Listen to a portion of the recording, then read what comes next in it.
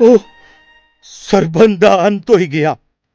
ਉਹ ਚਲੀ ਗਿਆ, ਉਹ ਚਲੀ ਗਿਆ ਦੇਵਲੋਕ 'ਚ।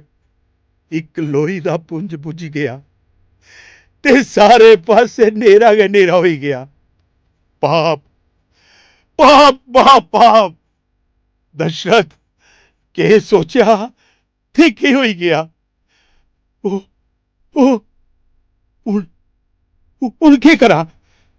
ਮੇਰਾ ਸਿਰ ਚੱਕਰ ਖਾ ਕਰਦਾ ਹੈ। ਗਿਆਨਵਤੀ, ਗਿਆਨਵਤੀ, ਮੇਰਾ ਕਾਲਜਾ ਧੁਖਾ ਕਰਦਾ, ਮੇਰੇ ਸਾਹ ਸੁੱਕਾ ਕਰ ਦੇ। ਪਤਾ ਨਹੀਂ ਸਰਬਨ ਕੀ ਨਹੀਂ ਆਇਆ। ਖਟੋਲਾ ਦੇ ਮਿਕੀ ਵੀ ਲੱਗਿਆ ਕਰਦਾ ਹੈ। ਮੇਰੀ ਸੱਜੀ ਅੱਖ ਵੀ ਭੜਕਾ ਕਰਦੀ ਹੈ। ਸਰਬਨ ਪੁੱਤਰਾ, ਤੂੰ ਇੰਨੀ ਦੂਰ ਕੀ ਚਲੀ ਗਿਆ? ਤੂੰ ਕਿੱਥੇ ਹੈ? ਤੋਲੇ ਕੀ ਨਹੀਂ ਆਉਂਦਾ ਸਰਬਨ ਪੁੱਤਰਾ? ਇਹ ਕੋਦੀ ਆਵਾਜ਼ ਆਈ ਹੈ? ਕੌਣ ਬੋਲਿਆ? ਸਰਬਨ, ਸਰਬਨ। ਓਹੋ, ਇਹ ਤੇ ਸਰਬਨ ਦੇ ਮਾਂ ਪਿਓ ਦੀ ਆਵਾਜ਼ ਲੱਗਦੀ ਹੈ। ਇਹ ਹੋ ਗਏ।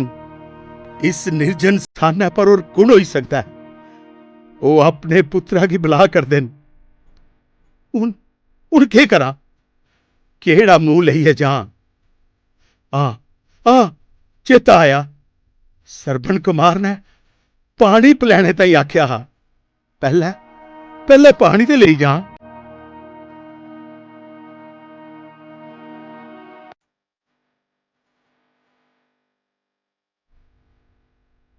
ओहो, मिगी के होई गया? पैर मन मन भारे की होई गए। पत्ता पत्ता डुसके करदा, बूटा बूटा रोए। जिंद बजरसन होई गई ते गैन ही पुट्टन होए। जाना गै पौग, जाना ते पौना गै। दशरथ चल, हिम्मत कर, चल दशरथ चल।